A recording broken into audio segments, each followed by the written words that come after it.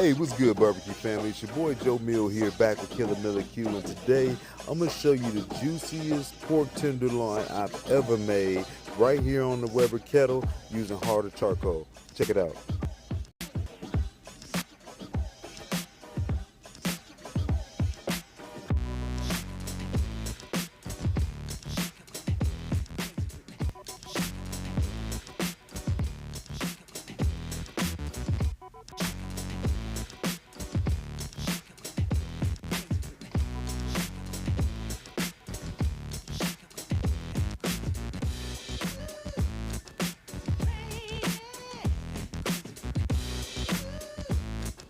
Cut the music. This one here will begin with these two tenderloin out of my Costco pack.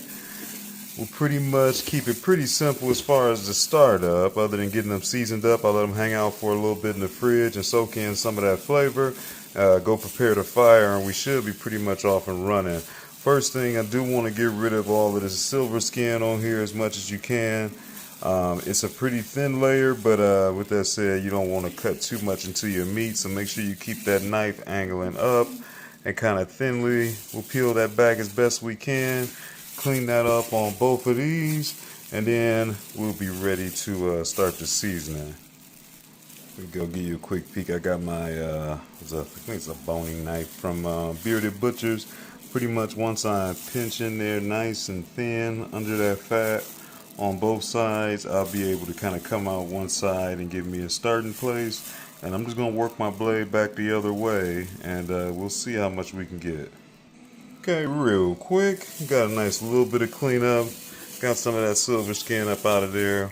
Try not to do too much gouging into it. This is the tenderloin of the pork, so this is going to be like similar to your filet mignon and beef. This is what came off of it, so literally pretty thin. This is like some of the thickest pieces, but obviously you see what's all through that. Nothing really edible, so don't gouge your meat.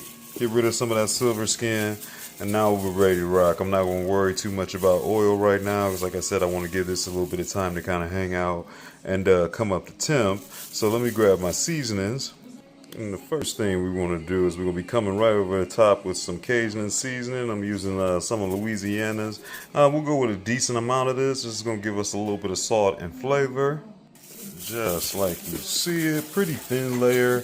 I'm coming over the top with a couple different seasonings, so I don't want to come too heavy with the more saltier Cajun rub, but this is the majority of the flavor, so we got that one. Next, I got my Chipotle hot seasoning here. We're going to hit that with a decent amount. This also has some salt in there. That's why I didn't want to go too heavy with the Cajun, but it should give me the heat that I'm looking for, along with a little bit more flavor. There we go, a little heavier with that seasoning because I want some good heat on here. This one also has a little bit of a sweet flavor to it, which is nice. And if you notice, I'm just kind of flipping it over, giving them a pat to make sure that seasoning stays intact with this meat, and we get the majority of everything up off of this cutting board. And as you see, I'm using my this barbecue board here. That's going to go right from the cutting board into a holding tray, and we'll toss this right into the fridge. Lastly, I'm going to finish it off with some of this blackening spice, and then with blackening, it really doesn't have a ton of salt, so you can go a little heavier. It's going to give us that nice, dark, bold look on here, a little bit more bold flavor on the end, but it'll kind of really finish it off. This is how we end up. Nice and pretty, seasoned throughout. 3 layers of flavor on these, which will end up being pork medallions. Boom. I'm gonna let these hang out in the refrigerator because they're so small. I want to get a little flame on them later, but also I don't really want them coming up to temp before I hit the grill, so that way they'll have a little longer to cook in this process. Okay, we outside. Just got out of the old charcoal chimney. Like always, at least as of the last, I don't know, 6 months or so, we got the harder charcoal on deck.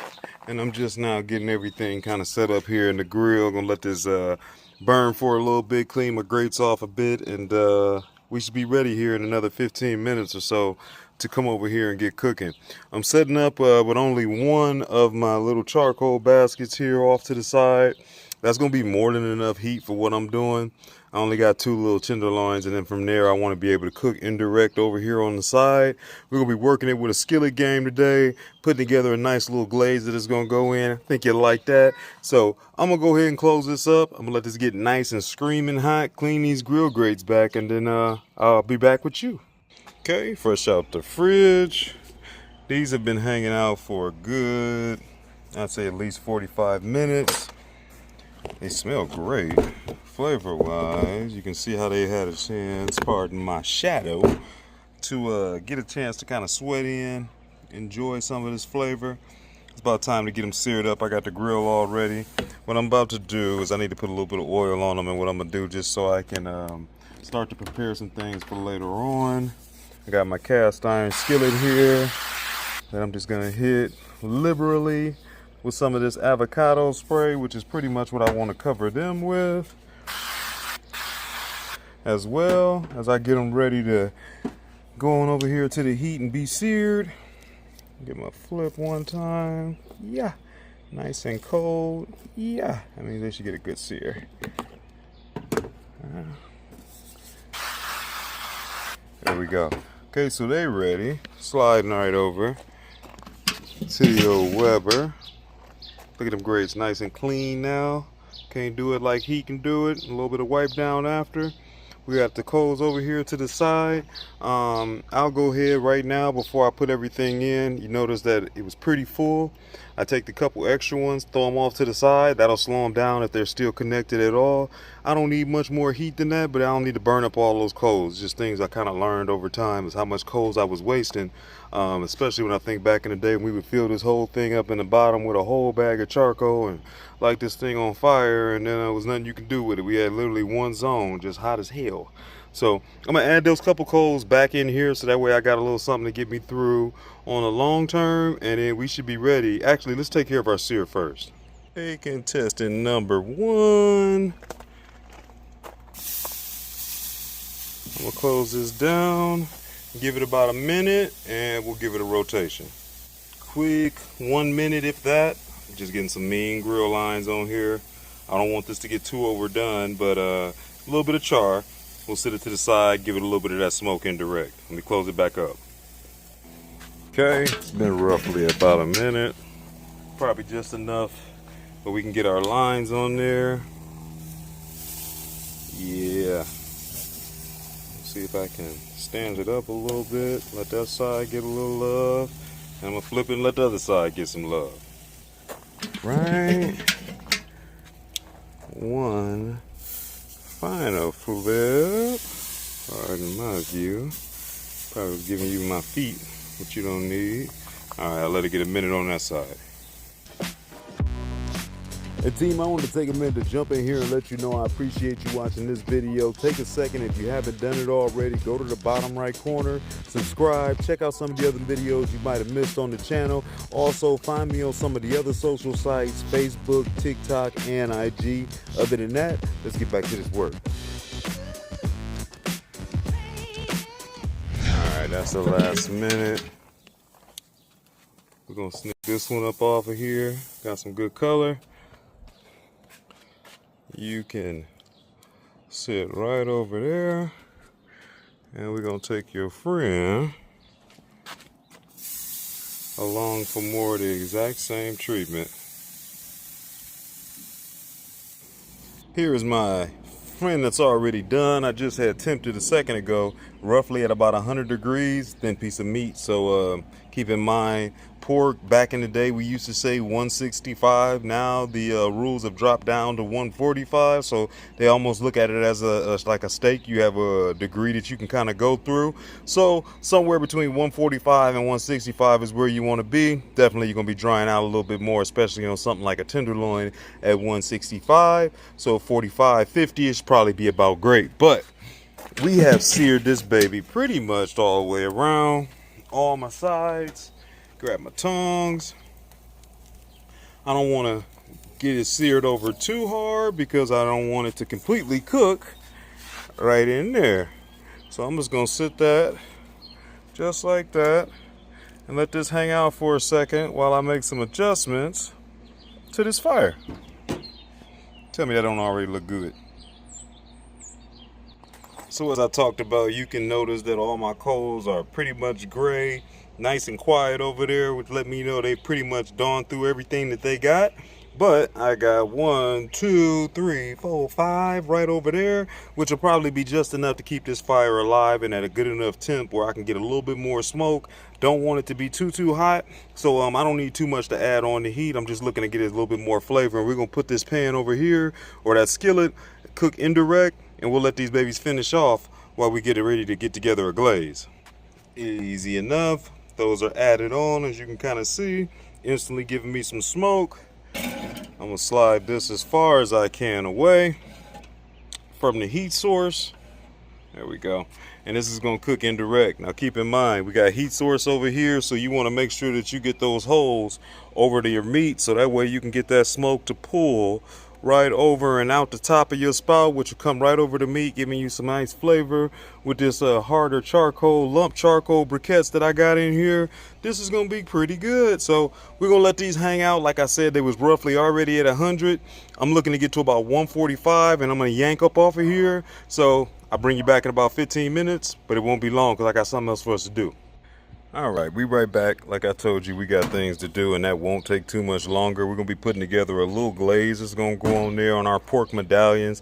Hopefully I don't just taste it and you'll actually get to see how I'm prepared on the back end. I'm gonna probably do it with mashed potatoes and either asparagus or some green beans, but it'll be something light, something I'll use in my meal prep for the week.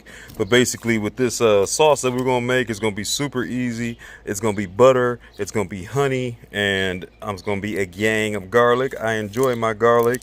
Definitely you can use minced garlic, but real garlic is always gonna give you a ton more flavor, and it doesn't take that long to mince up. But in a pinch, I've seen people actually do it ahead or something like that, but we're gonna knock it out right now. There we go. Got some decent size bulbs. I'm gonna do about 6, I think. Yeah, 6, pretty easy. Easiest way, if you're not familiar, get your knife on the flat side. I do it with my left hand even with the camera. You smash it straight down just like that.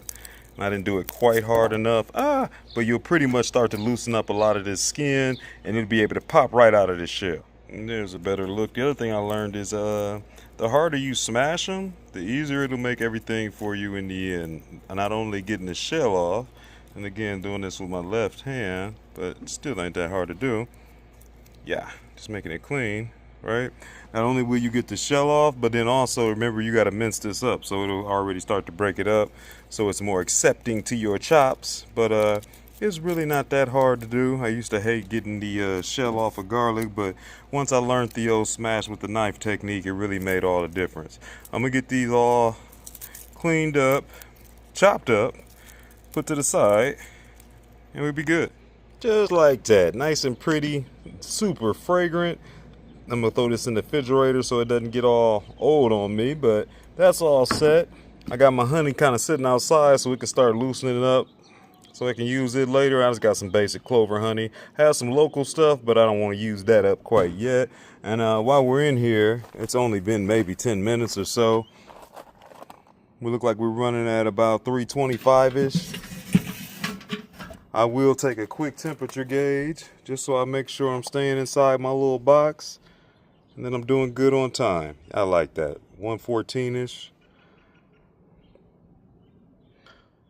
122. Great. I will give this, yes. I will give this another 15 minutes or so. and we'll be able to come back, pull these babies up off of here more than likely, and then keep on moving. This is burning good. If you notice too, I also cut down the hose so it wouldn't get so much heat in here. So like I said, we're burning at about 330 now. We're gonna slow and easy take these babies to the finish line. All right, so I've been out here a couple times without you, seeing if I could rotate this to get it to where I want to be. Things I like. I see some of that juice coming out of there and pooling. You can see a little bit of the white stuff coming out. That's letting you know it's cooking up nice and well. Okay. We seem to be hitting closer to where I need to be. Love it. So this is what we're going to do now. I'm going to pull these up off of here. Look at that nice looking color, a little bit of char. Still inside of 165, so I got a good amount of juiciness left. I'm going to leave the flavor, hopefully. Don't you dare drop that. And everything. Now, if you were cooking this indoors, you could do this straight on the pan the whole time. And the idea is I want all of those little bits from where you seared it in this pan in there. Obviously we seared over here, so some of those bits got lost, but we did get a little bit of that juice. The rest of that was just a little bit of avocado oil that was sprayed on there from the beginning. But next I'm going to be coming in here and adding in a half a stick of butter, just like that, followed by, I'll let that actually go ahead and melt really quick. There we go. And as we got to melt this thing, I got to look, and that's way too much. I don't need that much butter. So I would say, how about a fourth of a stick of butter? So a half of a half, right? I slid it over here to be a little bit more over the heat, more than enough butter mixed with that oil and a little bit of the fat that came out of that tenderloin, which isn't much because it's pretty lean. We're going to take all of that garlic, and I want to get it in here and mix it around for about a minute or two. Usually it's only about a minute, but you can tell that this skillet isn't that hot. But maybe about 2 minutes, and we're gonna let it get nice and fragrant. There we go. It didn't take long to get that heat going. You can instantly smell that garlic, and you can see it's starting to get a nice little brown tint to it. Now, some of that can already come from your skillet, being that you had all that seasoning in there. You got that butter. And in your skillet, a lot of times I have a darker tint regardless, but I can smell that we roasting. I got my little quick little movements going on right here with my, I can't think of the word. You can use a whisk. There we go. Got my little small whisk, and we just keeping it moving because we don't want this thing to burn up. I think that's enough over the direct heat. I'm going to slide it over to the side, and now let's add in some of our honey. And I'm going to be pretty healthy with this honey. Have this sitting out so it's already a little thinner. And then we just going to give it a little time after I whisk it all back together. And then I'll see if I need to add a little bit more to absorb some smoke, marry all together, and enjoy a little bit of that heat. And then what will happen eventually is, much like it is when we're doing like teriyaki chicken or something like that, this is going to foam up and thicken up a little bit, and this is where we're going to get our glaze. I'm thinking a little more honey. You move it around a little bit longer, get it nice and incorporated. I'm going to add some more, and I'm going to close down the top and let it work for a little bit. Alright, I got most of my honey out of that bottle that I can. I got it upside down outside, so it might give me a little bit that I'll add in here later just to give me a little thicken up the base, but we're ready to go. You see it's nice and thin, nice and watery. I gave it a taste. Nice and buttery and nice and garlicky. I love it. A little sweet zing. I'm going to close this down for a second. I'm going to let it get nice and hot. Okay, a couple minutes later, pull it over the fire. That's what I'm looking for. You start seeing those bubbles. See how much thicker that is than the pieces that wasn't quite over the fire. Mix it around. This is our glaze that is starting up right here. We'll mix it up good and let it sit for maybe another minute. Those pork tenderloins we added to the microwave I will bring those back, slice them up, and re-add them to this glaze, and we will be money. Matter of fact, I actually think that it's pretty much getting done while I'm talking to you. Let me just keep it moving. You see how it's doing that? I want to make sure it doesn't stick, so I'm just going to push it over, away from being directly over my coals. It's got more than enough heat now. There we go. Purposely turning it. Get the other side closer to the heat. Make sure we don't get all sticking.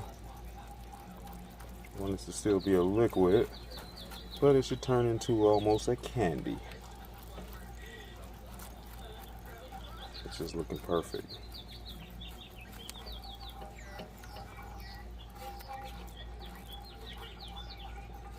All right, close it down. Let's go grab the pork. All right, there's those tenderloins out of the fridge. A little bit of juice that we will pour into the skillet.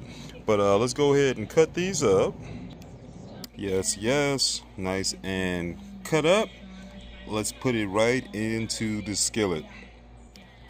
There's one of them in there. And what I want to do is I'm going to take some of this. So that way it's out the way when I put down number 2. And I'm not just sitting on all this glaze. We actually got access to it. We're just going to kind of start getting some of it poured right over there. And now I'm going to add in my last one right there. All right, and then we got all of this goodness. And I have tasted a little bit of this pork. At least some of the flavors and some of the seasoning definitely got some kick. And a really good flavor, which I like. I'm gonna whisk that a little bit together. Just like so. We're gonna go ahead and add some of this honey garlic, or this honey butter, this honey garlic butter, right over the top of this last tenderloin.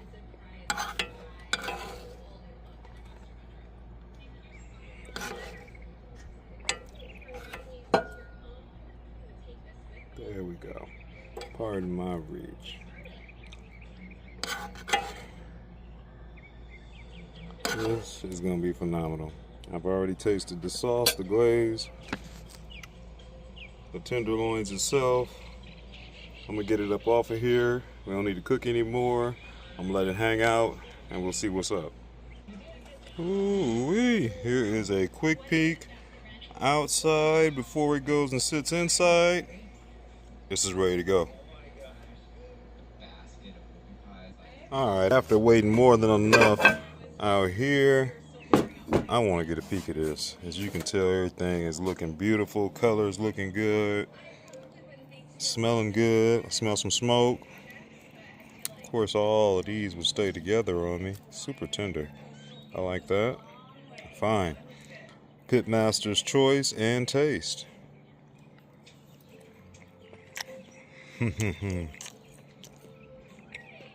Sweet and garlicky. And I got a little bit of that heat underneath there I can taste. Oh yeah. Let's go in there again for another piece.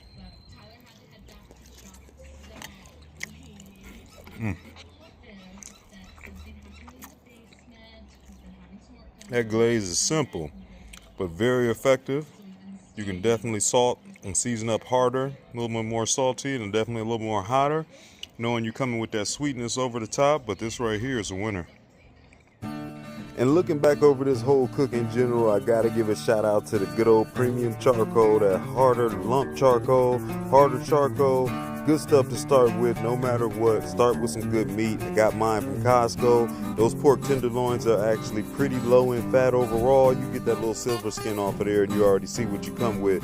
Those came out great, but I appreciate you checking out this video. Stay tuned for the next, and be sure to keep an eye out for all the newest things from all my boys over there with Black Smoke Barbecue. Shouts out to the family and you out there in TV land.